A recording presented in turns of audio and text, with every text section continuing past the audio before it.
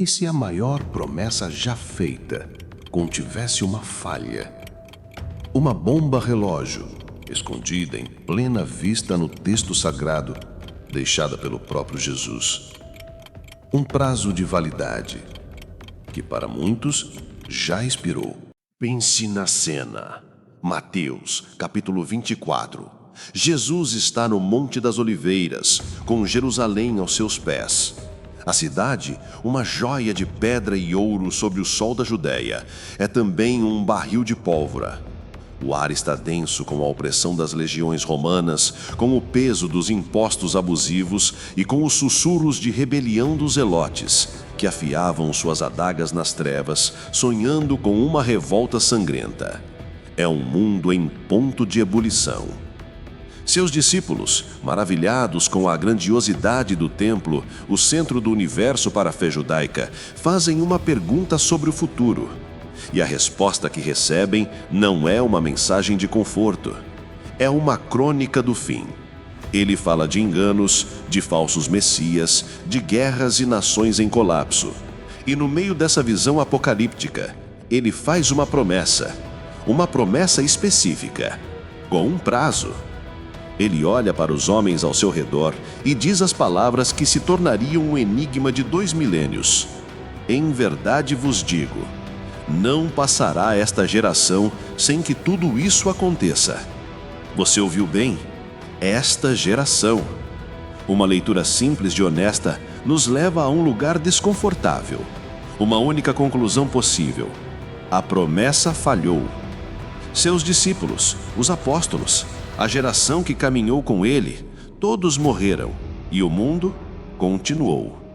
Como isso é possível? Como a maior religião do planeta se sustenta sobre uma aparente profecia quebrada? É aqui que a nossa investigação realmente começa, porque a falha não pode estar na profecia, mas na nossa forma de ler o código. Para decifrar este enigma, precisamos de 3 chaves secretas que a maioria dos leitores modernos perdeu.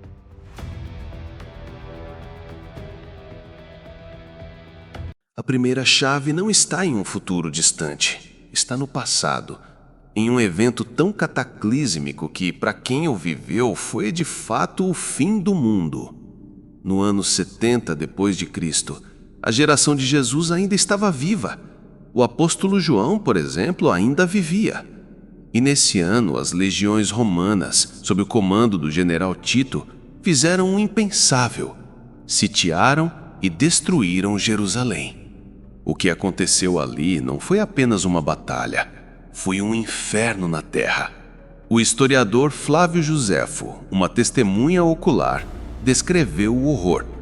Ele falou de facções judaicas se matando dentro das muralhas em uma guerra civil suicida. Falou de falsos profetas surgindo no meio do caos, prometendo uma libertação divina que nunca veio. Descreveu uma fome tão devastadora que os moradores comiam o couro de seus escudos. E relatou casos de mães que, enlouquecidas, cozinhavam e comiam seus próprios filhos. E no fim, o templo de Herodes, o coração do judaísmo, foi incendiado e demolido até que, como Jesus havia previsto, não restou pedra sobre pedra. Mais de 1 milhão de pessoas morreram. Foi o fim de uma era. Um mundo inteiro se desfez em fumaça. Quando você relê as palavras de Jesus sobre guerras, nação contra nação, fomes e a profanação do lugar santo, a semelhança com os eventos de 70 depois de Cristo é no mínimo perturbadora. Seria essa a resposta? A profecia não era sobre o fim do planeta, mas sim sobre o fim do mundo judaico como ele existia. Se for assim, a profecia não falhou. Ela se cumpriu com uma precisão assustadora. Mas essa chave, sozinha, não abre todas as portas. E a queda das estrelas? E a vinda do Filho do Homem sobre as nuvens? É aqui que precisamos da segunda chave, a capacidade de ler a linguagem perdida dos profetas.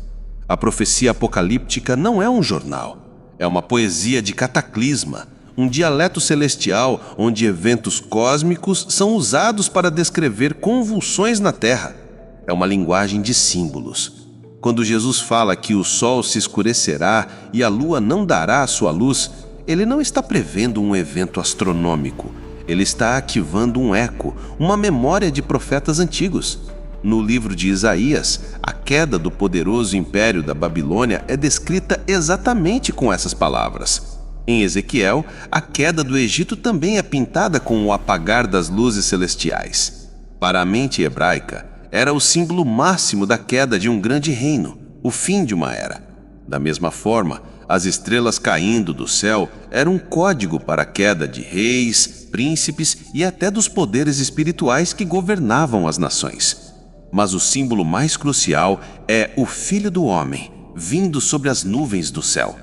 A nossa imaginação projeta uma descida física à Terra, mas a origem dessa imagem, no livro de Daniel, capítulo 7, revela algo completamente diferente. Na visão de Daniel, ele observa o trono de Deus, o ancião de dias estabelecido no céu. E então ele vê um como o Filho do Homem, que se aproxima, vindo com as nuvens, e é levado até o ancião de dias. Lá no céu, ele recebe domínio, glória e um reino eterno. A cena original não é de uma vinda para a terra, mas de uma ascensão ao trono celestial para ser vindicado e entronizado. Se usarmos essa chave, a vinda nas nuvens não seria a volta física de Jesus, mas a sua vindicação celestial no exato momento em que seu juízo caía sobre Jerusalém na terra, um evento no céu refletido em fogo na terra.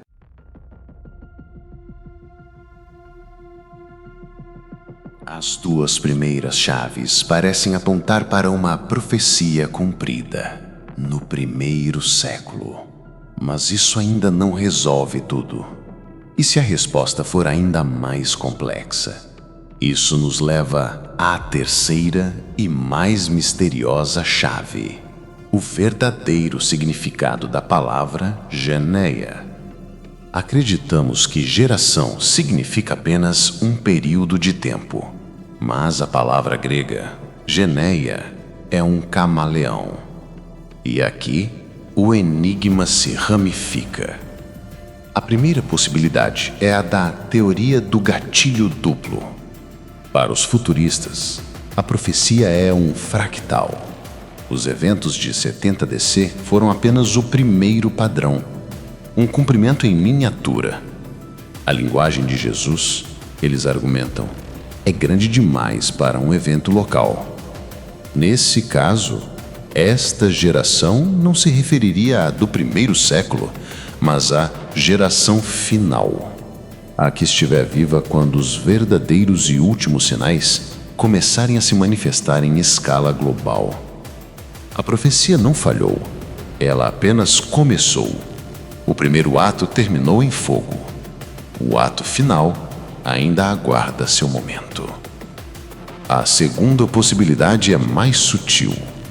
E se geneia não for sobre tempo, mas sim sobre sangue? É a teoria da raça imortal. Nesta leitura, Jesus estaria decretando que o povo judeu, a sua linhagem, não desapareceria da terra antes que tudo se cumprisse. Esta interpretação transforma a profecia em um decreto de sobrevivência sobrenatural. Uma promessa de que, apesar das diásporas, inquisições e tentativas de extermínio, o povo judeu perduraria como uma testemunha teimosa no palco da história. Decifrar um código tão poderoso tem seus perigos. A história está repleta de homens e grupos que acreditaram ter a chave final.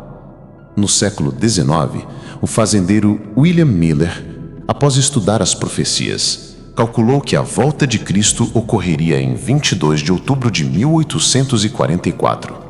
Milhares de seguidores, os milleritas, venderam suas propriedades, abandonaram suas colheitas e se reuniram em colinas e cemitérios, vestindo túnicas brancas, esperando para serem arrebatados. A data chegou e passou. O silêncio do céu foi ensurdecedor. O evento ficou conhecido como a Grande Decepção e deixou um rastro de fé quebrada e desespero.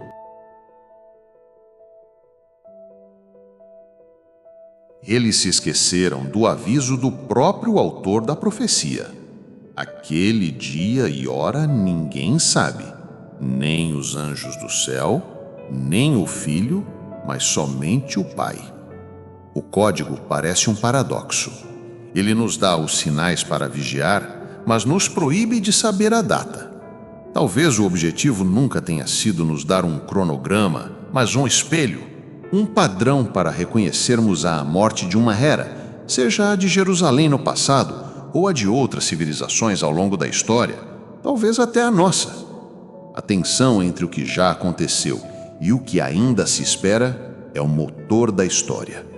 A frase de Jesus sobre esta geração pode ser vista como uma profecia cumprida, uma promessa futura, um decreto de sobrevivência ou um símbolo atemporal da luta entre o bem e o mal.